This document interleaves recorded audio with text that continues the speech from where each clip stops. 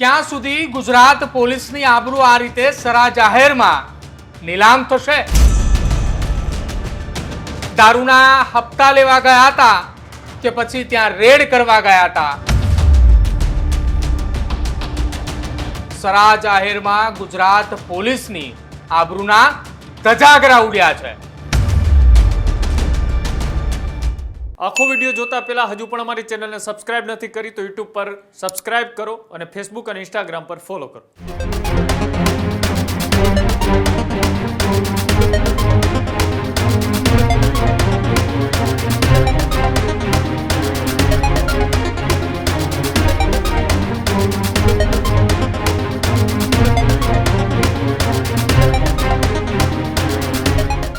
ક્યાં સુધી ગુજરાત પોલીસની આબરૂ આ રીતે સરા જાહેરમાં નીલામ થશે? દારૂના હપ્તા લેવા ગયા હતા કે પછી ત્યાં રેડ કરવા ગયા હતા? તેને લઈને એટલા માટે સવાલો ઉઠી રહ્યા છે કે પાટણ બાદ ફરી એકવાર અમદાવાદની અંદર સરા જાહેરમાં ગુજરાત પોલીસની આબરૂના ધજાગરા ઉડ્યા છે. અમદાવાદના નળ સરોવર વિસ્તારની પાસે આવેલા દુર્ગી ગામ કે જ્યાં જાહેરની અંદર કેટલાક પોલીસ અધિકારીઓ પર હિચકારો હુમલો કરવામાં આવે છે. આ હુમલાની ઘટનામાં 3 જેટલા પોલીસ કર્મચારીઓ ગંભીર રીતે ઘાયલ થાય છે. પરંતુ પોલીસ અધિકારીઓ એવી વાતો કરે છે કે અમે ત્યાં રેડ કરવા ગયા હતા. ગામના કેટલાક લોકો એવું કહે છે કે અહીંયા વારંવાર બુટલેગરો પાસે હપ્તો લેવા આવે છે. દારૂબંધીના દાવાઓ પોકળ સાબિત થતો હોય દાખલો ફરી એકવાર સામે આવ્યો છે અને ફરી એકવાર ગુજરાત પોલીસની આબરૂએ જાહેરમાં ધજાગરા ઉડતા એ જોવા મળ્યા છે. ભલે રાજ્યના નાયબ મુખ્યમંત્રી વારંવાર ગુજરાત પોલીસના અભિનંદન પાઠવતા હોય, હર્ષ સંઘવી ભલે જાહેરમાં ગુજરાત પોલીસના વરઘોડાની વાત કરતા હોય કે અસામાજિક તત્વોની સામે બુલડોઝર ફેરવવાની વાત કરતા હોય, પણ હવે જ્યારે તમારા જ વિભાગના એ પોલીસ કર્મચારીઓ કે જાહેરમાં ગુજરાત પોલીસની આબરૂની એ નીલામી કરે છે, ત્યારે કેમ કોઈ નેતા, કોઈ મંત્રી કે કોઈ પોલીસ અધિકારી આ ઘટના મામલે નિવેદન નથી આપતા? પાટણના જિલ્લાકાંડની અંદર જાહેરમાં પોલીસની આબરૂના ધજાગરા ઉડ્યા. એના હજી દિવસોએ આંગળીના ટેરવે ગણા એટલા વીત્યા છે અને ત્યાં ફરી એકવાર અમદાવાદના ગ્રામ્ય વિસ્તારની અંદર આવેલા નળ સરોવર પાસે દુર્ગી ગામની અંદર સરા જાહેરની અંદર પોલીસની આબરૂના ધજાગરા ઉડ્યા છે. પહેલા હું તમને એક વિડીયો બતાવું છું. એ વિડીયોની અંદર તમે જુઓ કે અમદાવાદ પોલીસના એ ગ્રામ્ય પોલીસના કેવા સહારા જાહેરની અંદર ધજાગરા ઉડ્યા ને એ.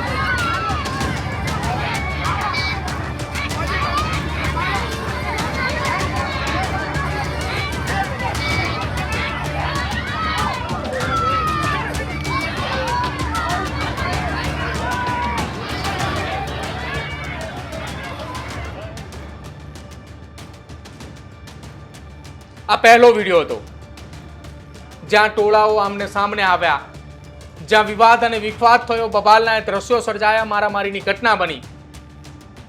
શું એ ઘટના હતી? કેમ આ પ્રકારની ઘટના થઈને પોલીસને ભગાડવાની જે વાત આવી કે પાટણની જેમ અમદાવાદ ગ્રામ્ય પોલીસ પણ ઊભી પૂંછડીએ ભાગી. એ પણ વિડીયો જુઓ કે કેમ પોલીસને ત્યાંથી ભગાડી, કેવી રીતે પોલીસને ત્યાં માર મારવામાં આવ્યો. સવાલ એ ઉઠી રહ્યો છે કે શું પોલીસ ખરેખરમાં ત્યાં રેડ માટે ગઈ હતી કે પછી એ દેશી દારૂ અથવા તો વિદેશી દારૂના બુટલેગરો પાસે હપ્તા લેવા ગઈ હતી. એ સવાલો એટલા માટે ઉઠી રહ્યા છે કે શું માત્ર 3 પોલીસ કર્મચારીઓ જ કોઈ જગ્યાએ રેડ કરવા જાય છે? અને રેડ કરવા ગયા હતા તો કેમ આ પ્રકારના દ્રશ્યો સામે આવ્યા કે જ્યાં પોલીસ અધિકારીઓને જાહેરમાં માર મારવામાં આવ્યો? જુઓ એ બીજા દ્રશ્યો કે જ્યાં જાહેરની અંદર પોલીસને કેવી રીતે દોડાવીને મારે છે. એ પણ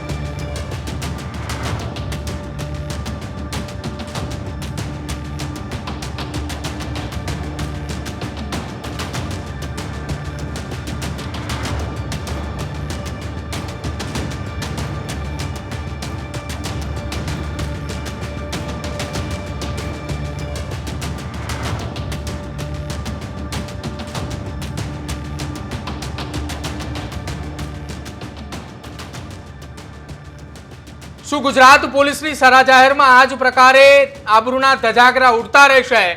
ગુજરાત પોલીસના વડા કે રાજ્યના નાયબ મુખ્યમંત્રી આ મામલે ક્યારે મૌન તોડશે? તેને લઈને સવાલ એટલા માટે ઉઠી રહ્યો છે કે વારંવાર પાટણ જેવી ઘટનાઓ ગુજરાતના અલગ અલગ શહેરમાં બની રહી છે, પરંતુ ગુજરાત પોલીસ જિંદાબાદ છે આ પ્રકારના નારા જાહેરની અંદર રાજ્યના નાયબ મુખ્યમંત્રી ક્યાં સુધી લગાવશે? શું પોલીસ ભાગતી રહેશે અને અસામાજિક તત્વોએ બેફામ બનશે? તમે અસામાજિક તત્વોની ગેરકાયદેસર મિલકતો ઉપર બુલડોઝર ફેરવ્યું, તમે ખૂબ સારું કામ કર્યું છે, પણ ક્યાં સુધી એ કામગીરી તમે ગણાવશો? ક્યારે એવી તો ઘટના બતાવો કે અસામાજિક તત્વોની સામે પોલીસે એવો કાયદાનો સકંજો કસ્યો કે પોલીસને ઊભી જોઈને અસામાજિક તત્વો ભાગ્યા હોય. કેમ વારંવાર એ પોલીસ અસામાજિક તત્વોથી ડરે છે? ગાંધી અને સરદારનું ગુજરાત છે, વિધાનસભા ગૃહ હોય કે પછી એ દેશનું સંસદ ભવન હોય, ગુજરાતની અંદર દારૂબંધીની વાતો આંકડાઓ તમામ જગ્યાએ રજૂ થાય છે, પરંતુ તેમ છતાંય દારૂબંધીના લીરા ઉડતા આ ગુજરાતની અંદર જોવા મળે છે. અને આજે ફરી એકવાર ગુજરાત પોલીસના આબરૂના ધજાગરા પણ સરા જાહેરની અંદર થયા છે. અને પછી ભલે ગુજરાત પોલીસ એમ કહે કે અમારા પોલીસ અધિકારીઓ એ રેડ કરવા માટે ગયા હતા. શું એ પોલીસ અધિકારીઓ રેડ કરવા માટે ગયા હતા કે અન્ય કોઈ કારણસર?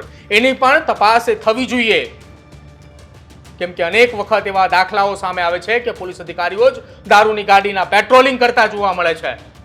ત્યારે નળ સરોવર પાસે આવેલા દુર્ગી ગામે બનેલી એ ઘટના એ આજે પણ સવાલો ઉઠાવી રહી છે કે શું વાસ્તવની અંદર ત્યાં ગયેલી એ પોલીસ કે જેના કારણે ગુજરાત પોલીસની આબરૂના ધજાગરા ઉડ્યા છે એ ખરેખરમાં રેડ પાડવા જ ગઈ હતી કે એની પાછળ કોઈ બીજું કારણ હતું? આ જ પ્રકારની તમામ અપડેટ જોવા માટે ન્યૂઝરૂમ ગુજરાતને લાઇક, શેર અને સબસ્ક્રાઇબ કરવાનું ભૂલતા નહીં.